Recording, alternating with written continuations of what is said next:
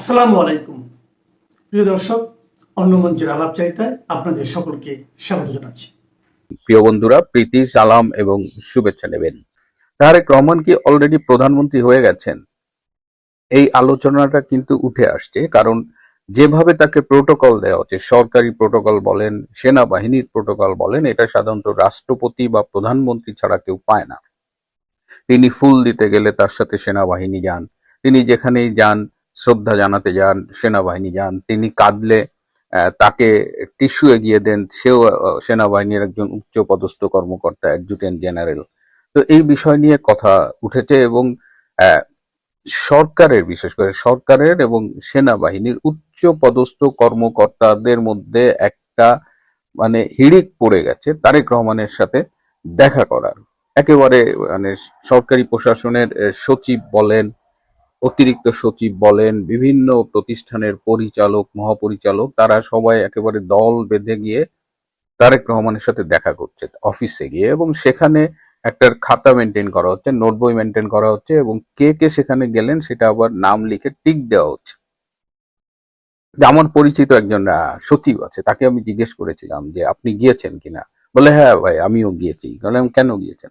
বলে না গেলে যদি উনি ক্ষমতায় আসে তখন আবার যদি সমস্যা হয়। তো এই এই হলো মানে ক্ষমতায় না যেতেই বর্তমান এই অবস্থা। তো এইরকম অবস্থা যদি চলে, তাহলে আমরা কি আশঙ্কা করব যে তারেক রহমান প্রধানমন্ত্রী হলে বাংলাদেশে আরো একটি হাওয়া ভবন আবার তৈরি হবে?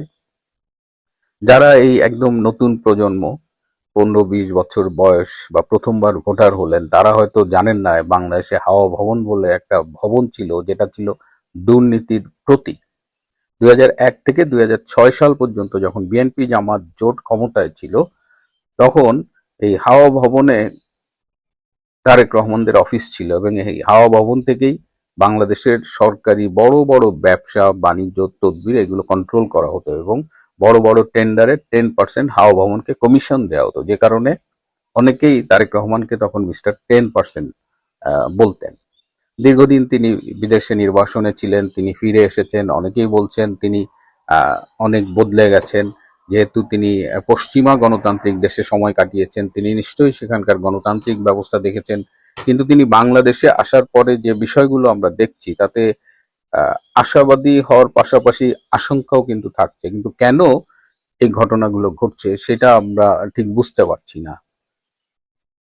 বাট এই যে ঘটনাগুলো ঘটছে, এই যে সবাই যে তারেক রহমানের কাছে হুমড়ি খেয়ে পড়ছেন, এবং এইটা সেনাবাহিনীর মধ্যেও এই ট্রেন্ডটা লক্ষ্য করা গেছে, উইচ ইজ ভেরি ব্যাড। কারণ আর্মি একটা ডিসিপ্লিন ফোর্স, এটার ধরেন একটা চেইন অফ কমান্ড আছে, কিন্তু এখন যে যেভাবে পারে তারেক রহমানের সাথে লাইন গার্ড করার চেষ্টা করতেছে। তো এর ফলে আর্মির চেইন অফ কমান্ডও বেশ থ্রেটেন্ড হয়ে যাবে ভবিষ্যতে, বা অলরেডি হয়ে গেছেও হয়তো। আবার আর্মির ভেতরে অনেক কথাবার্তা হচ্ছে তারেক রহমানকে ঘিরে, সেগুলো আমি প্রকাশ্যে এখানে আনতে চাই না। কিন্তু এই যে তারেক রহমানকে ঘিরে যে উন্মাদনা তৈরি হয়েছে, এবং তারেক রহমানকে ঘিরে যে সরকারি বেসরকারি প্রোটোকল দেওয়া হচ্ছে, যেটা তিনি আহ, আইন অনুগভাবে পান কিনা, সেই প্রশ্ন যখন উঠছে, তখন জামাতে ইসলাম কিন্তু একেবারে চুপ করে বসে নেই। কারণ জামাতে ইসলাম মনে করে তারেক রহমান এসে তাদের বাড়া ভাতে ছাই দিয়েছে। কারণ খালেদা জিয়া ছিলেন অসুস্থ, তারেক রহমান দেশের বাইরে, জামাত মোটামুটি ক্ষমতায় চলেই গিয়েছিলেন। তো তারা এই তারেক রহমানের প্রতি যে সবার যে হুমড়ি খেয়ে পড়া, এটা তারা মোটামুটি আহ, উদ্বিগ্ন বলা যায়। রাজনীতির দুটো হিসেব, একটা হলো যদি মাঠে আওয়ামী লীগ থাকে, আওয়ামী লীগের সাথে যারা জোট করে তারা থাকে, তখন কিন্তু সব হিসাব টিসাব ভুলে জামাত, বিএনপি, হিজবুত তাহরীর, এই যে 71-এর যে বিরোধী গ্রুপ, এরা সব এক হয়ে যায়। কিন্তু যখন আওয়ামী লীগ মাঠে নেই, তখন আবার এই জামাত বিএনপির মধ্যে কিন্তু একটা হিচিং লেগেই থাকে, এবং সেই হিচিংটা এখন জামাত উদ্বিগ্ন হচ্ছে। জামাত ডক্টর ইউনূসকেও এই বিষয়টিতে জানিয়েছে, এবং ডক্টর ইউনূসও বিষয়টা খুব কেয়ারফুলি অবজার্ভ করছে, এবং তারেক রহমান ব্যক্তিগত আলোচনায় বলেছেন যে he doesn't trust doctor Yunus at all. যদিও তারা ফোন আলাপ করে, অনেক কথাবার্তা বলে, কিন্তু তারেক রহমান এবং আমার ধারণা ডক্টর ইউনূসও পরস্পরকে আসলে গভীরভাবে বিশ্বাস করে না, যাতে একটা স্বার্থের কারণে তারা এই মুহূর্তে একটা বিন্দুতে অবস্থান করছে। সো ডক্টর ইউনূসও কেয়ারফুলি মনিটর করছে এবং জামাতের সাথে মিলে, বিকজ আমি বারবার বলেছি ডক্টর ইউনূসের পছন্দ হলো জামাতকে ক্ষমতায় আনা, এবং জামাতকে ক্ষমতায় আনলে তিনি রাষ্ট্রপতি হতে পারবেন, এইটা তার দীর্ঘদিনের খায়েশ। কিন্তু সেইখানে একটু ঝামেলা হয়ে গেছে তারেক রহমান আসায়।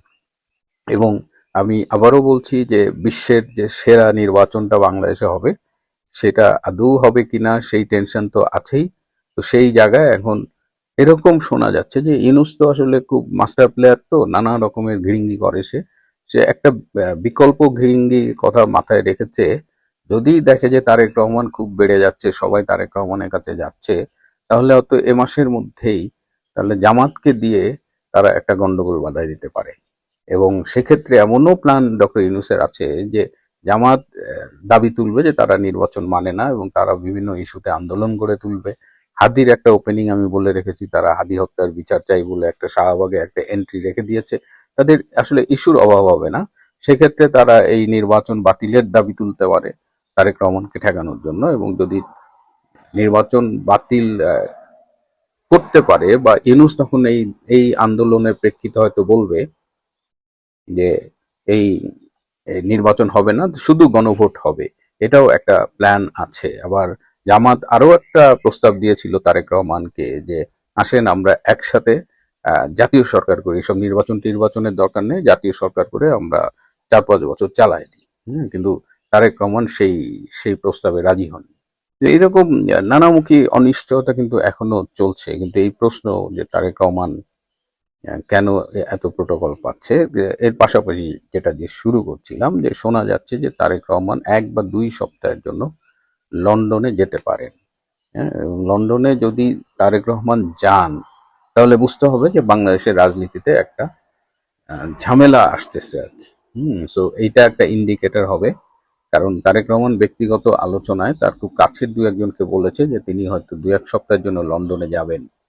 তো এইটা আমি একটু দেখবো আমরা যে তারেক রহমান আসলে লন্ডন যাচ্ছেন কিনা, কারণ এখনো রাজনীতির আকাশে যে অনিশ্চয়তার মেঘ, সেটা কিন্তু কেটে যায়নি। নির্বাচন নিয়ে এখনো নানামুখী কথাবার্তা শোনা যাচ্ছে। নির্বাচন কমিশনের প্রস্তুতি নিয়ে তো বলেছি, তারা তেমন ভাবে সিরিয়াসলি কাজ শুরু করেনি। এখন সব আলোচনা বিএনপি এবং তারেক রহমানকে ঘিরে, এবং তারেক রহমানকে কেন্দ্র করে যে ঘটনাগুলো ঘটছে। সবাইকে প্রীতি ও শুভেচ্ছা। আপনারা জানেন বাংলাদেশে এখন হট কেক বলে যেটাকে বোঝায়, সেটি হচ্ছে বাংলাদেশের নির্বাচন কমিশনের দ্বৈত নাগরিকত্ব বিষয়টির ফয়সালা। আপনারা যদি দেখেন, বাংলাদেশের সংবিধানে সুস্পষ্টভাবে বলা আছে যে কোনো ব্যক্তি যদি 2টি দেশের নাগরিকত্ব থাকে, অর্থাৎ বাংলাদেশের পাশাপাশি অন্য 1 বা একাধিক দেশের নাগরিকত্ব যদি কোনো মানুষের থাকে, তাহলে তিনি বাংলাদেশের প্রচলিত আইন অনুসারে কোনো জাতীয় নির্বাচনে, অর্থাৎ জাতীয় সংসদ নির্বাচনে দাঁড়ানোর জন্য অযোগ্য হইবেন। তিনি কোনো মন্ত্রী হতে পারবেন না, তিনি কোনো সরকারি চাকরিও গ্রহণ করিতে পারবেন না। এটি হচ্ছে বাংলাদেশের কনস্টিটিউশন।